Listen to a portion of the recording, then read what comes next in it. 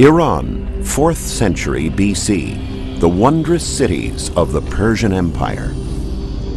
When Aeschylus, the father of modern drama and a Greek, wrote his play The Persians, he portrayed the Persians as an arrogant but humbled people, strong and aggressive but thwarted, bent and defeated in memorable battles, Marathon, Plataea, Salamis. But were the Persians only such coarse adventurers, or does the history written by their enemies hide something of the truth? In the last century, from nearly 250,000 archaeological sites in Persia, the modern-day Iran, relics and monuments are being unearthed that seem to contradict the Greeks' version of history. Inscriptions on rocks and walls of ancient Persian cities, for ages undecipherable, have slowly begun to unravel the mystery. Come with us now on this journey into the past as we open the doors to secrets of the boundless Persian Empire 2,500 years ago, when Persia was the center of the world.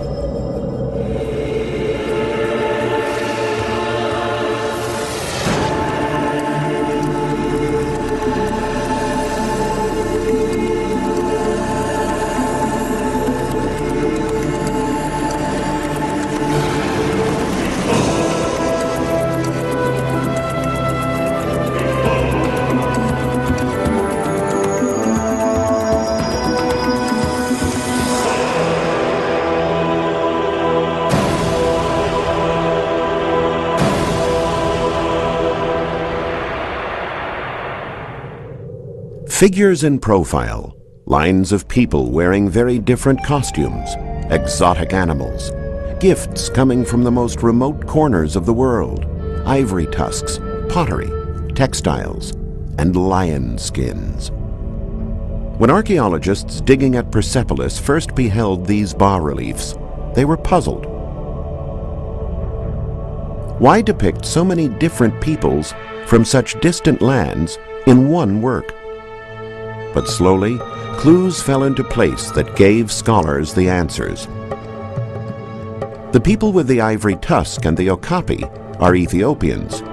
The dromedary is typical of the Arabs. That pointed headdress clearly belongs to the Shiites. The Assyrians are portrayed with a cart, and here are Indians with a donkey. 23 nations in all carved into this stairway, representing the first great empire in history, the Persian Empire, and the many peoples who converged on its capital.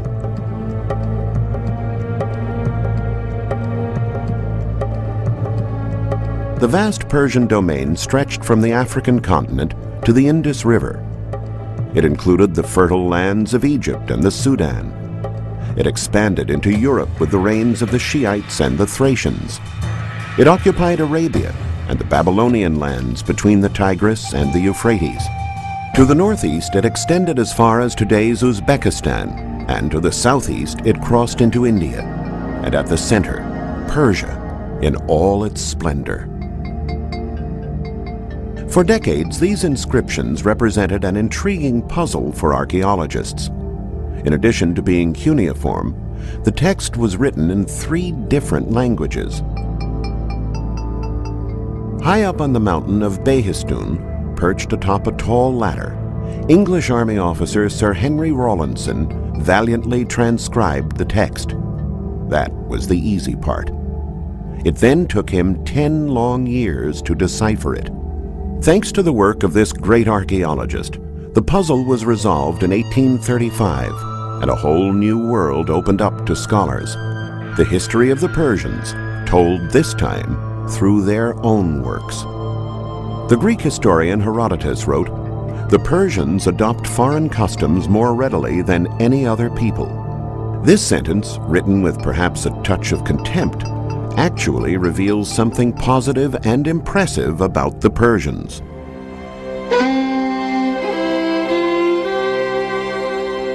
We are in Pasargadae. The winged genie we see here appears to be a typical Assyrian figure. He is dressed as an Elamite and wears a showy Egyptian headdress. But the genie was not found in either of these lands, but here in Persia. Along with other clues, this suggests that the concept of a unified world, and perhaps the desire to belong to one, originated in Persia, and that the Persians found pleasure in trying out the different lifestyles of the empire's many peoples.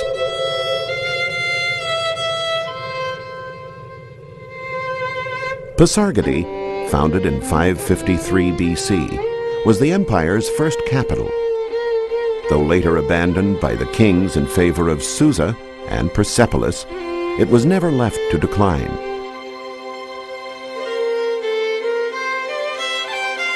Inscriptions like this one have survived since that time.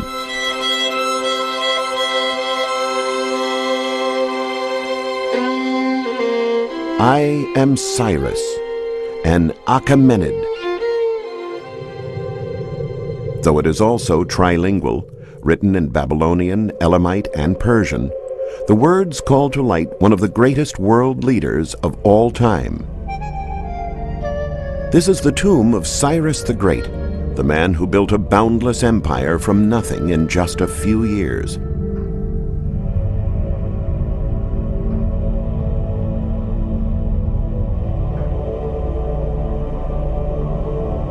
In Cyrus' time, the economy in Asia was expanding, and the people wanted stability. They wanted an end to the discord among the different tribes and peoples. There was a widespread desire to belong to a unified world. Today, we call this idea ecumenism. At that time, the concept was that of a universal empire. The first one to appreciate its value and to put it into practice was Cyrus himself. In Persia, if you wanted to offer a tribute to the gods, you'd be hard-pressed, for there are no temples here.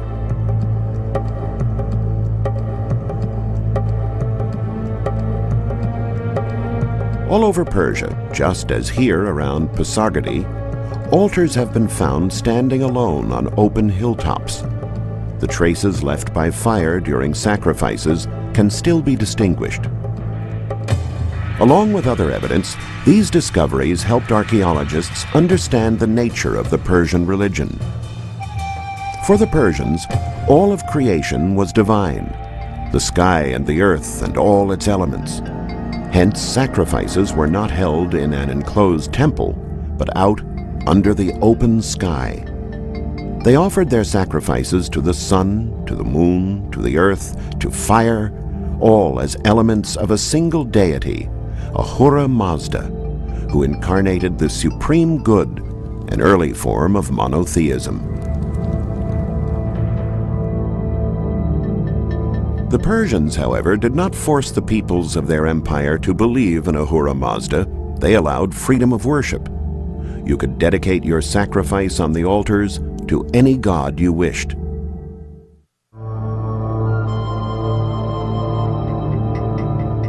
This is Susa, one of the most important archaeological sites in Iran. Relics have been found here dating back to 4000 BC.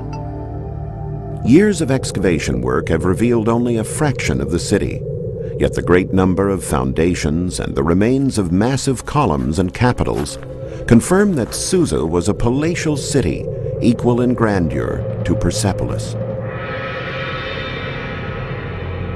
Historical records tell us that under King Darius I in 512 BC, Susa grew in splendor, becoming a capital together with Persepolis. But why have two capitals? At 5,000 feet above sea level, Persepolis was covered by snow for most of the winter, and thus impractical for many of the governmental functions. With such a large empire to direct, the government certainly couldn't just shut down when the weather got bad. Instead, they transferred operations to Susa, a bona fide imperial capital in its own right. In Susa, archaeologists found glazed tiles that they quickly recognized as pieces of a larger picture. When they were arranged, like a sort of puzzle, they began to tell a story. They fit together to make elaborate tunics, golden jewelry, a javelin, a bow, and a quiver. But who were these warriors so richly adorned? Excavation work began in Susa in 1884. The first to realize that those warriors must have belonged to an elite unit were the French husband and wife team, the Dieulafoy.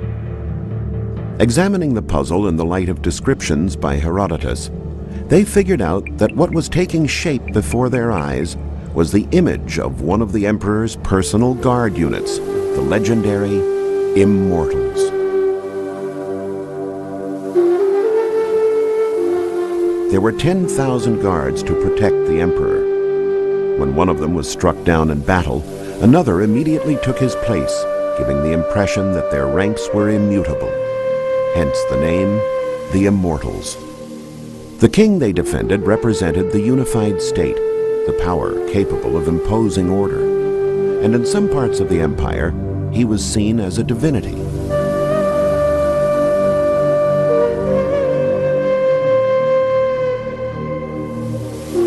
The inscription at the base of this statue, sculpted in Egypt but found in Susa, bears witness to this.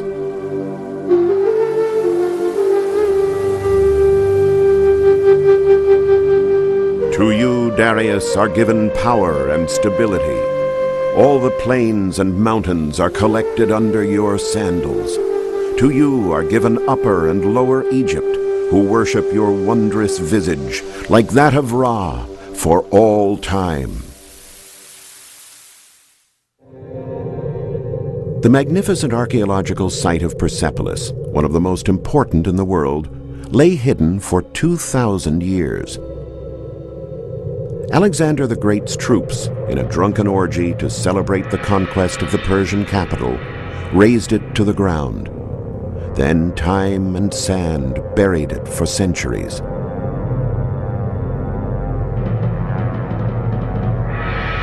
One of the excavated areas is the place where the court palaces stood.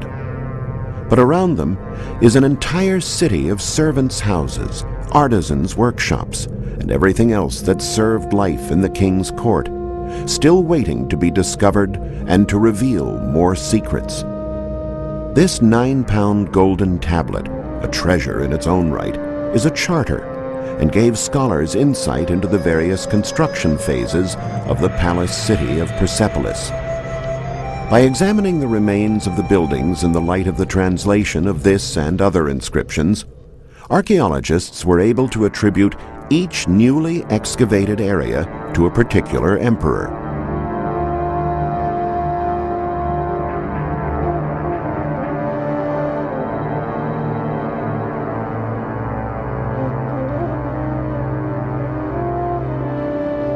What we see here is the original nucleus, founded by Darius. This area represents a transition from Darius to Xerxes, his son, who was defeated by the Greeks. And this area corresponds entirely to Xerxes. The largest part of the archaeological site, a sort of second city, was built by the succeeding emperors down to Darius III. The discovery overturns a conviction passed on to us by the Greeks, especially through Aeschylus and his Persians play, which relates, "The inhabitants of the Asian lands no longer obey the Persians. They no longer bear the exacted tribute, nor do they fall prostrate to let themselves be commanded. The king's greatness is finished." Nothing could be farther from the truth. As we have seen, after Xerxes, the king Aeschylus refers to, Persepolis expanded considerably under his successors, and its splendor grew. Indeed, this did not mark the fall of the empire, nor even its decline. Archaeologists have deciphered friezes and bas-reliefs portraying a moment of great celebration and expansion of the empire. This alone gives us a sense of just how strong and solid that empire was. Quite the opposite of the barbarian images that the ancient Greeks handed down to us. Archaeologists sifting through this ancient record have found images that portray delegations of different peoples. People with proud faces and erect bearing being led by a Persian master of ceremonies to an audience with the King of Kings. Their precious and symbolic gifts tell a much different tale from that of the other great emperors of history, who generally preferred to depict their subjects bound in chains.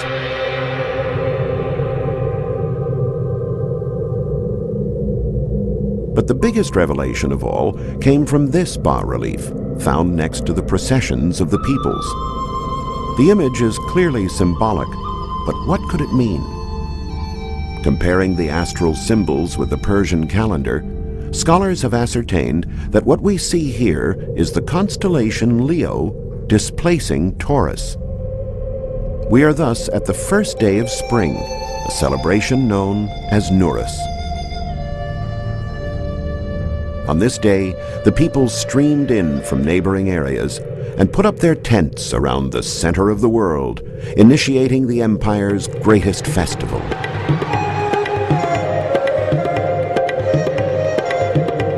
Activities would take place both outside and inside the palace grounds.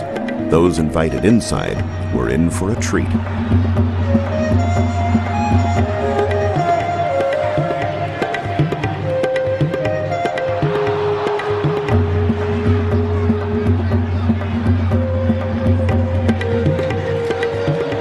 The royal palace of Persepolis had two grand public halls for receptions.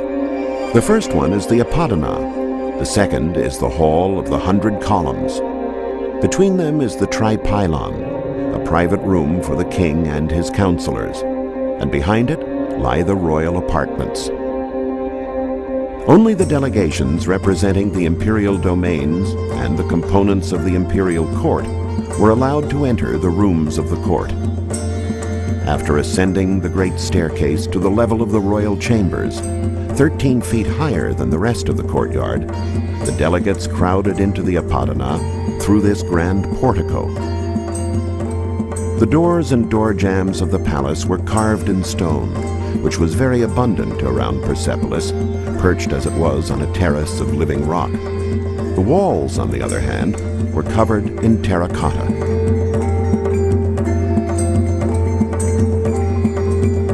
The Apodana, also known as the audience chamber, held as many as 10,000 people. To avoid confusing babble, a common language was adopted during ceremonies and official acts, Aramaic, an easy idiom of Semitic origin that used the Phoenician alphabet. By using a language that they themselves had to study and learn, the Persians once again proved to be in the vanguard in desiring a common world that all would want to belong to. Aramaic was the official language of the Persian bureaucracy, an important step for developing from an empire encompassing many peoples to a state composed of a single people. After presiding over the grand procession, the king withdrew to this council chamber, the Tripylon. On the door to the Tripylon, the king is sculpted as being borne aloft by his people, an image that might allude to what happened inside. Here, the king is meeting with his trusted aides to improve the organization of his empire and to make revolutionary decisions.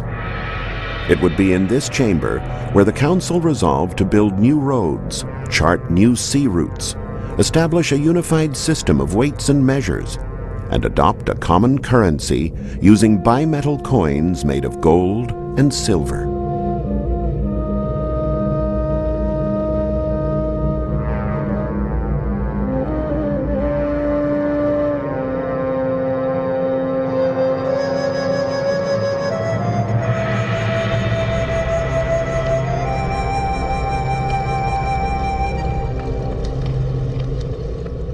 The north and south doors to the Tripylon, leading to the king's private apartments, are decorated with bas-reliefs showing the king entering and leaving, followed by his servants. The king and his court would have entered his private apartment up these steps.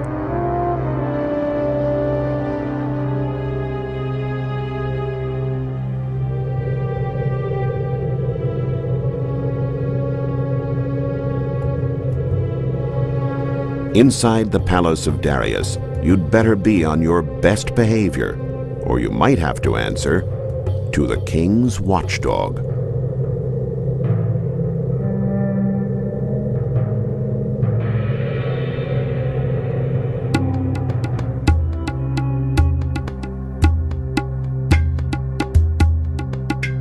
What dinner time was like is suggested by these bas-reliefs.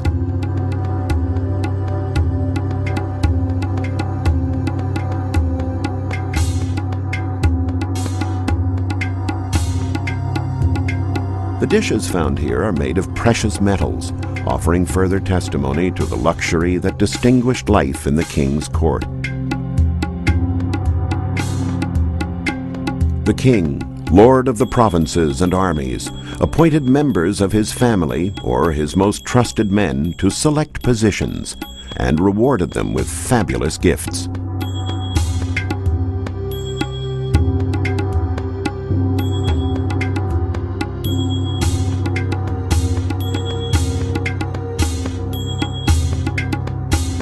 An example is this superb golden sword kept in the Tehran Museum.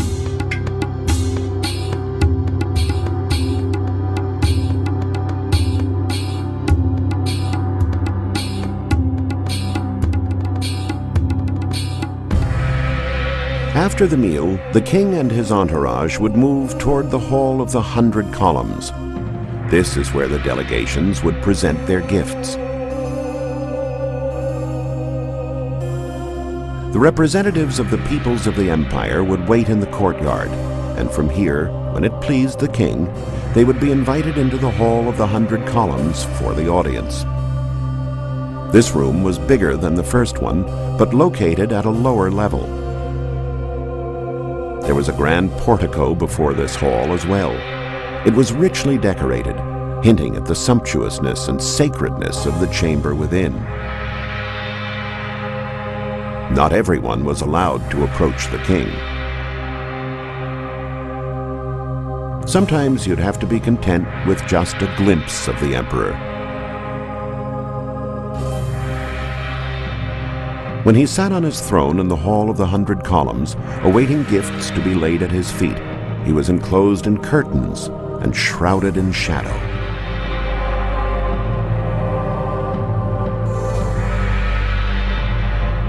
The sparkling of his scepter was the signal that granted the right to speak. Only a very few, as we see in this bas-relief, were allowed to approach him and pay homage with a deferential kiss. The hall is so named because it really contained 100 columns in rows of 10, a forest of stone trunks towering almost 65 feet. So those who were not lucky enough to catch sight of the king could at least enjoy the magic of this enormous hall, which evoked the vastness of the Persian Empire. Mythological animals on the tops of the columns watched over the king, protecting his city and his people. A few miles from Persepolis, archaeologists discovered this building with a square foundation almost 40 feet high. What it was is still a mystery, sparking vigorous debate among scholars, not just because of its unknown origin, but also for its location close to the walls of Mount Nakshi Rustam.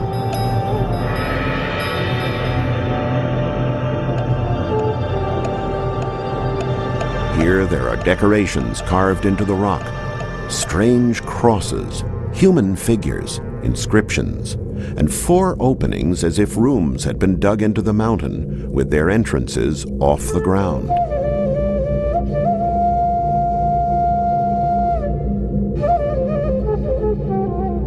There are several hypotheses regarding this work.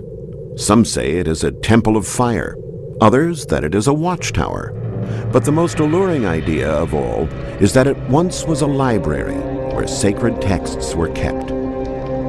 If you get close enough to the wall, you can see figures that, more than any others, helped scholars understand what is being said here. They are Persians who are mourning the death of their emperor. The crosses of Nakshi Rustam are the royal tombs of Darius I and his immediate successors. Darius, the great conqueror, who expanded the Persian Empire from India to Egypt, was the first Persian king to have carved into the mountains images and phrases that were true political messages, his spiritual testament.